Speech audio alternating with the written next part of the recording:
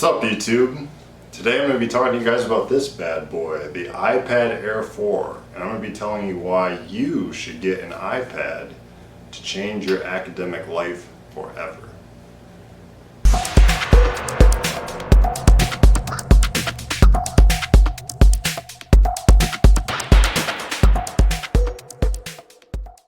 For those of you who may be new, my name is Kyle McLaren. I am a first-year physical therapy student, and I like to talk about things like personal finance, healthcare, careers, and other lifestyle topics. So if you like stuff like that, consider dropping a thumbs up, maybe subscribing to the channel so you don't miss out on future content. So to give you guys all an insight on what exactly is in my hands, I actually have the iPad Air 4. It's Wi-Fi only. I got it in space gray. And I have this case on it, which is the Smart Keyboard Folio Touch, I'm pretty sure, Logitech Folio Touch with trackpad, and the Apple Pencil 2nd generation. If you shop for this on Apple, this package comes just under $1,000 pre-tax on Apple's website if you use the education store link for a college purchase. So when I bought this iPad Air, the newest M1 iPad Pro had not come out yet. I had been waiting and waiting and waiting for the iPad Pro to drop. I kept hearing rumors about it, what the new specs were going to be, and it sounded just amazing. But it came to the point towards the end where I just didn't have time to wait any longer. So I bought the iPad Air, and honestly, I don't think I'm missing out on that much, as great as the M1 chip is. So what made me pick the 256 gigabyte iPad Air? Well, for one, I'm somebody that actually needs 256 gigabytes. Many people don't need 256 gigabytes. I have an extensive music library, tons of photos, and really a lot of documents from school. And you'd be surprised how fast actually the memory has been getting eaten up for this thing. But that being said, 256 gigabytes still should be quite adequate for me. But for most people, you might not need that. And just like how a lot of people might not need 256 gigabytes, a lot of people don't need iPad Pro level performance. But they buy the iPad Pro because it's got the iPad Pro name. And if you have a Pro, well then obviously you're just better than everybody, right? Okay. That's just slight satire there for Apple fans. I like Apple a lot, but come on, some of this Pro level stuff for the price, it's not really that much different than what you would get out of an iPad Air, at least to somebody who's not a huge techie like myself. I also picked the Wi-Fi only model because anymore, if you have a phone like this iPhone, you can just tether off of the iPhone for internet. So it saves you a lot of money on not having to get an extra contract, which is why I would definitely look into getting just the Wi-Fi only model, especially if you have an iPhone. It fits right in to the Apple ecosystem. So the other option I went with was the Logitech Folio Touch with trackpad keyboard case, which I picked over Apple's Magic Keyboard or the Logitech Folio Touch without the trackpad. And to be honest with you, this case has been phenomenal. In the reviews I saw of the Magic Keyboard, it didn't really seem like it was quite the best designed for the iPad, how it would just sort of be unstable in the way that it hangs on the magnet on the case. I'll put up an image so that you guys can compare. But with this, you can absolutely put this in many different angles and it's always stable. It has a nice back portion right here that allows you to lean the iPad up against things like this. You can definitely go back even further to lean it, which allows you to get all kinds of different typing angles if you so desire. So prior to getting my iPad, I gotta say, I was a die-hard traditional note taker. I had to have a physical copy of my notes. It had to be on paper. I was one of those people that only believed that writing on regular old paper with a pen was the only way to go. I wouldn't type my notes on my laptop. I wouldn't do any of that. It was just traditional note taking. And I kind of figured that I would lose some of that feeling when I got this iPad. However, That turned out to not be the case at all. The writing experience on the iPad is phenomenal. I've seen certain screen protectors advertised for the iPad that are designed to mimic the feel of paper. I actually found it to be a very easy transition from going to paper to just writing on a screen. I did not buy one of those screen protectors that mimic paper because I thought the expense outweighed the real benefit that I would get from such a product. One of the other major annoyances about pen and paper notes is the fact that inevitably you could forget them. You could spill water on them. You could ruin them. They could get lost. They could get ripped out of the pages. There's so many different issues with that from an organizational standpoint. Alright, so now I'm going to show you some of my favorite features on my iPad, including some of the apps that I use daily. So one of the aspects I really love about the iPad Air 4 is the fact that it has Touch ID instead of Face ID. Obviously in a perfect world the device would come with both Touch ID and Face ID, but anymore in a COVID world with everybody having masks on their face, Touch ID really is just more convenient than Face ID, and it's just super simple to use. And for anybody out there who's going into a healthcare profession like physical therapy like I am, you may find yourself wearing a lot of these latex or non-latex gloves that you'll be working in with cadavers or in hospitals or clinics. And this can be potentially, you would think, a hindrance to Touch ID. But I've actually found that Touch ID works very well with it. In fact, this entire iPad works very well with it. I can open up any of these apps that I use all the time and it's still very responsive even with a glove on, which I think is huge. Whenever I was in anatomy lab, the cadaver lab, I would have these guys on all times. It was mandatory pretty much anytime you were around a cadaver to have these on. And you definitely would think that this would hinder the touch experience, but it doesn't, and I was surprised. Now, as a newbie to digital note taking, I really didn't have anything to compare this experience to, but if you are somebody that is coming from an older iPad Pro or are used to really high response rate times on a touchscreen, you might have a more subjective opinion of the responsiveness of this iPad compared to me, but in my experience it's been very flawless. I mean, it responds very well to these high graphics apps like Complete Anatomy that require a lot of processing skill, and it does fine. The writing experience is very much a good thing. I have the study guide open right now, but as you can see, it writes on it just fine. And I don't really notice any kind of crazy lag with it whatsoever. So I still have the same document opened up as I had in the last clip. I've just reoriented the iPad to show you one of these cool features about Notability. First, to start you off though, this is actually a Microsoft Word document that is a study guide for my anatomy class that I took. You can import Microsoft Word, PowerPoint, and PDF files into Notability, and that allows you to write and scribble all over them as well.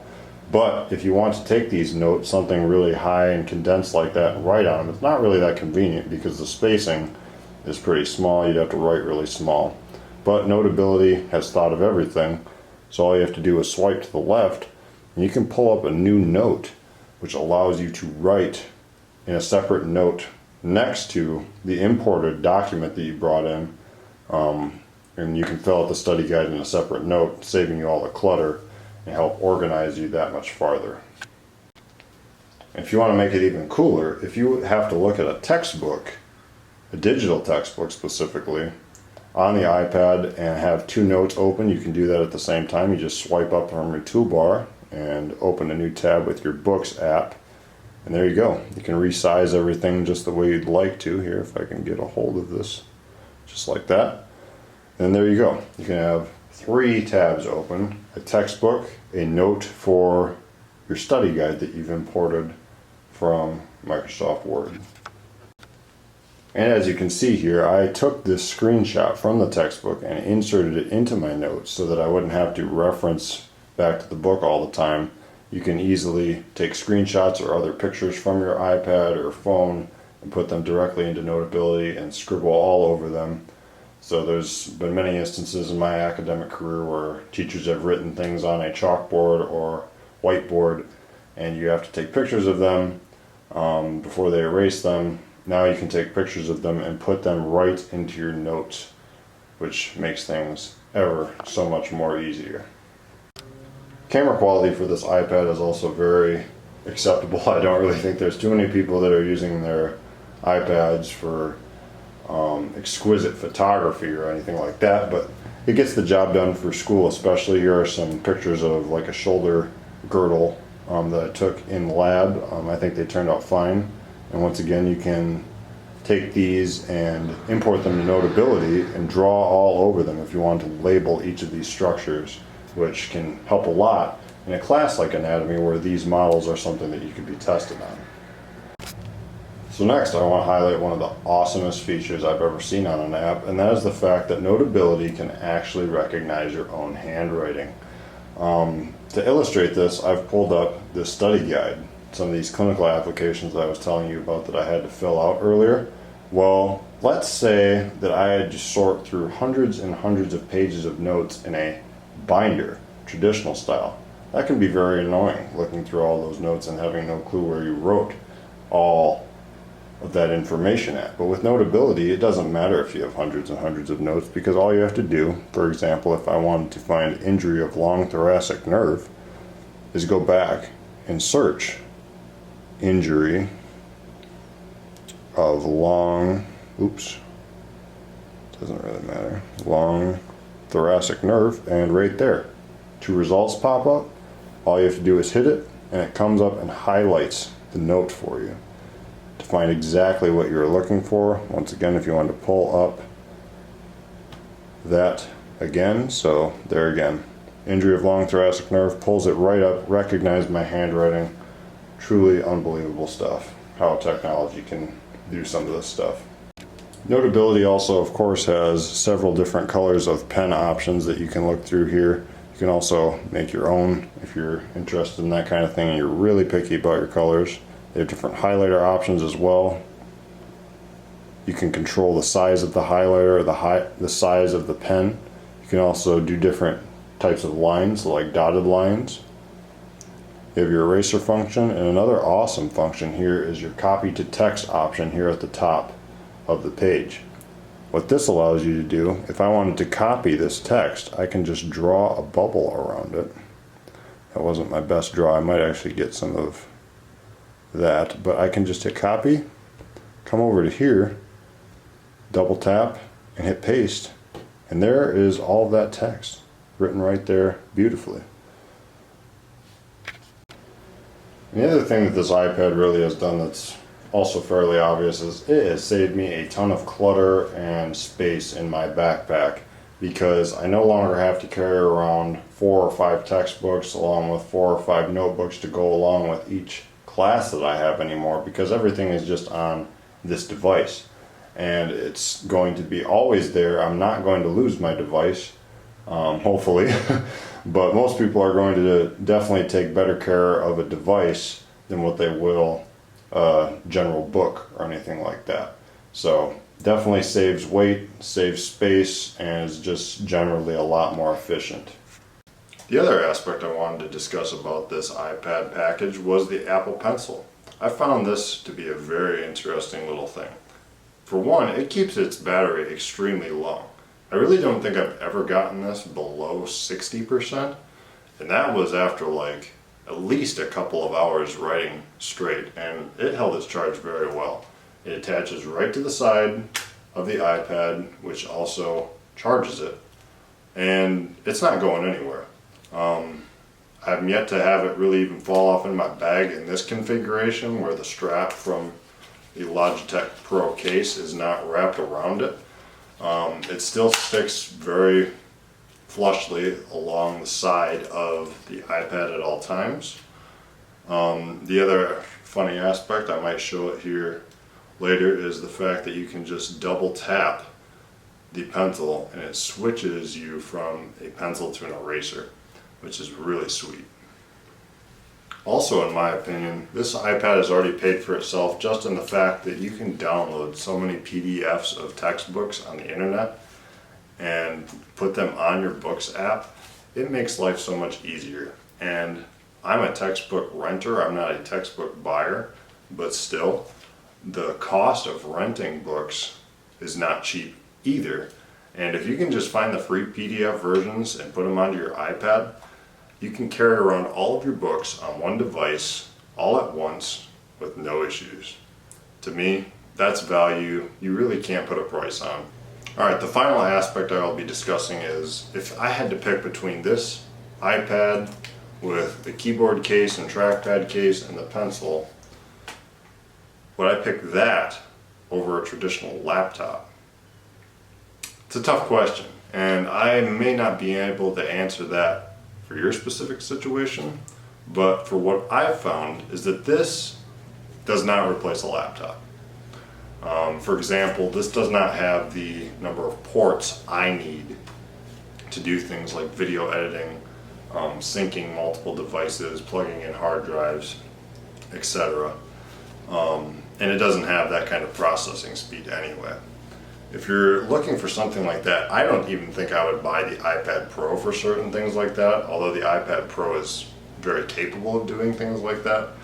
I think I would buy a laptop for something like that, for just your regular aspects. So if I had to pick one or the other, I would go for a laptop over this. However, and this is the part I very much want to stress in this video, this device is a game changer. I can't tell you how much I use this. I use this probably more than my laptop at this point. I definitely use my laptop for things like typing documents and Excel spreadsheets and stuff like that. And like I said, backing up information that requires certain processing power like that. But for most of my school activities, I'm using this thing. And it's awesome. Everything you need is right here, and you can pretty much multitask flawlessly on here. Sometimes I'm at a loss for words for technology. I am not a huge tech guy, so it's easy for me to get my mind blown, but the abilities of this device has truly made my life so much easier. And if you're going into college as a freshman, if you're going into a grad program, I highly recommend using one of these, because most likely these are just going to become more and more common. Also, just as a quick tip for anybody in the market for one of these, if you go to Apple during back to school season and you're using the education link, you can often score yourself some free AirPods or some other promotional item like some Beats or something for free, just for shopping during the back to school season. So highly recommend doing that if you can. So now that the iPad Pro M1 is out, would I still buy this today? If you can believe it, I actually would. I think this device is more than capable for anything that I'm willing to encounter. Now that being said, I would even think that that is enough device, or that this iPad is enough device for most people and what they will encounter. Unless you're doing like crazy video editing, you really don't need an iPad Pro. You can save a little bit of money from just going down a model, and you're really not going to notice that big of a performance drop. In fact, you'll be able to get some extra storage. Alright guys, so this has just been my brief overview of the iPad Air 4. I hope that you guys got a lot of value out of this video. If you did, please consider subscribing and leaving a big thumbs up on this video. I would really appreciate it. As I said, I do very much recommend one of these, so if you're in the market, check one out. I guarantee you it will change your life. But until next time, I hope I can catch you in the next video. Peace.